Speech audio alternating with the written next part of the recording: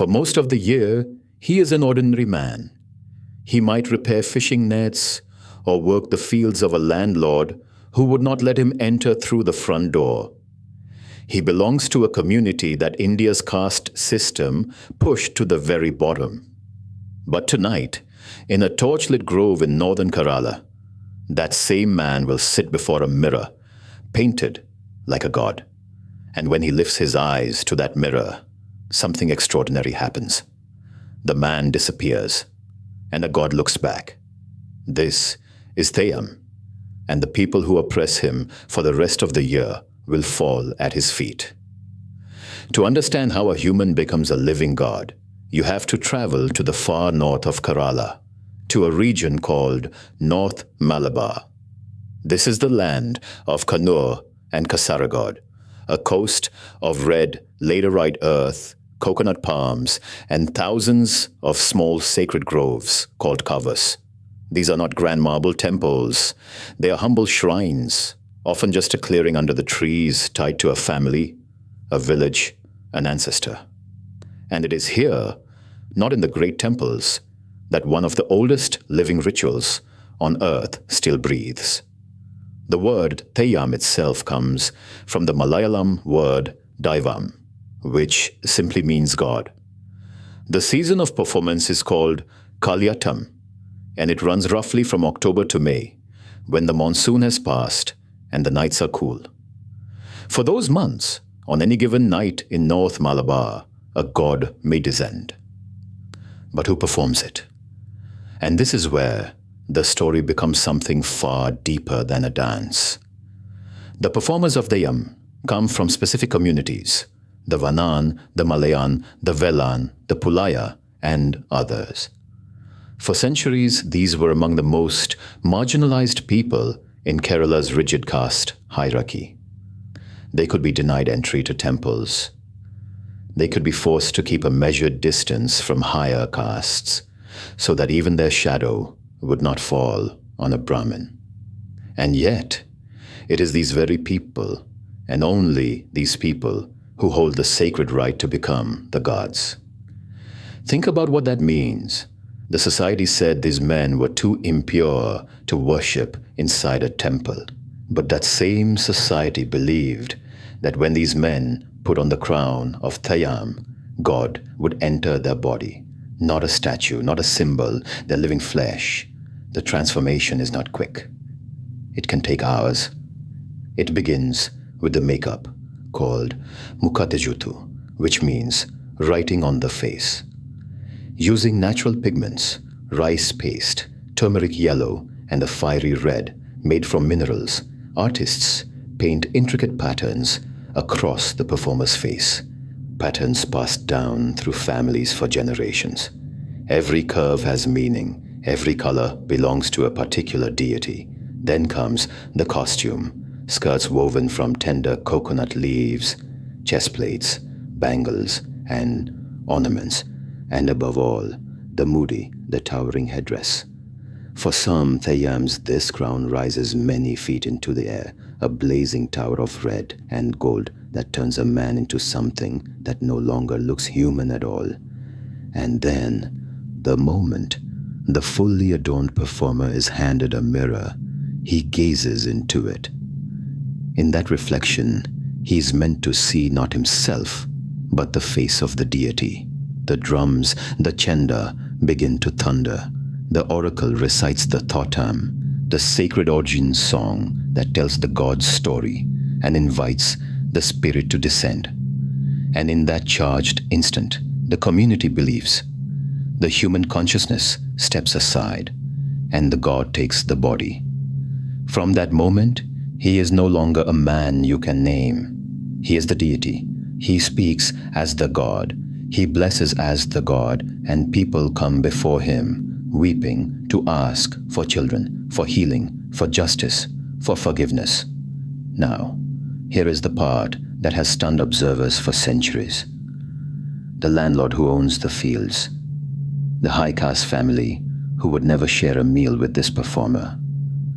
They come and they bow. They stand with folded hands before a man whose touch they would consider polluting on any other day, and they beg him for blessings.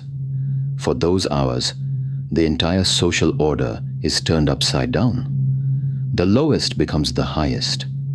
The powerless becomes the voice of the divine. And the gods of Theyyam are not distant, serene figures. They are wild, human, and full of story. There is Muthapan, perhaps the most beloved, worshipped at the shrine of Parasinikadavu. Muthapan is a hunter god, a folk deity who is offered toddy, the local palm liquor, and grilled fish, offerings no Orthodox temple would ever allow. He is the god of the common people, the outsider, the friend of the poor. There is Velan, a young warrior who died far from home in battle and was raised into godhood by the grief and love of his people. His Theyyam reenacts his life, his marriage, and his death, a hero remembered as divine. And there is Potan Theyyam, and this one carries a message that still echoes today. In the legend, the god Potan confronts a proud upper caste sage on a narrow path and challenges the entire idea of caste. When you cut my body, he asks, does it not bleed the same red blood as yours? When we are burned, is the ash not the same? Here, in a ritual performed by the oppressed, is one of the oldest and boldest protests against caste injustice in all of India, spoken not by a reformer but by a god. And then there are the fire Theyyams. In rituals like Tichamundi and Kandana Kilan, the performer, believed to be fully possessed by the deity, hurls himself again and again into a towering bed of glowing embers called a maleri. He rolls in the fire. He is thrown into it and pulled out and thrown in again, sometimes for hours. And the belief is simple and total. It is not a man in those flames. It is the god, and the god cannot be burned. So how did this astonishing tradition come to be? Theyyam is older than the temples around it. Its roots reach back into ancient Dravidian worship before the grand gods of classical Hinduism arrived in the south. These were the older faiths of the land, the worship of ancestors, of fallen heroes, of fierce mother goddesses, of serpents, of nature itself, and of the spirits of the dead. Over centuries, these ancient local spirits and the gods of mainstream Hinduism blended together. Shiva and the goddess found their place beside forgotten village heroes and hunter spirits. Theyyam is that blend still alive, a bridge across thousands of years. This is what makes the human god concept of Theyyam so profound. In most of Hindu worship, the divine lives in an idol, in a sculpted image of stone or bronze that is bathed and dressed and adored. But in Theyyam, the temple is a human body. The god does not sit still in a sanctum. He walks, he dances, he sweats and bleeds and speaks. He looks you in the eye and answers you. Divinity here is not something distant to be glimpsed behind a curtain. It stands before you, breathing, close enough to touch. And when the ritual ends, the crown is removed. The paint is washed away. The god departs, and the man returns, an ordinary man once more, who tomorrow may again be told to keep his distance, to lower his eyes, to know his place. But everyone who knelt before him has seen the truth that Theyyam reveals quietly every single year, that the line between the human and the divine is thinner than we pretend. That greatness can wear the face of the outcast, and that sometimes the God we are searching for in the heavens has been standing among us all along, painted, crowned, and waiting for us to bow.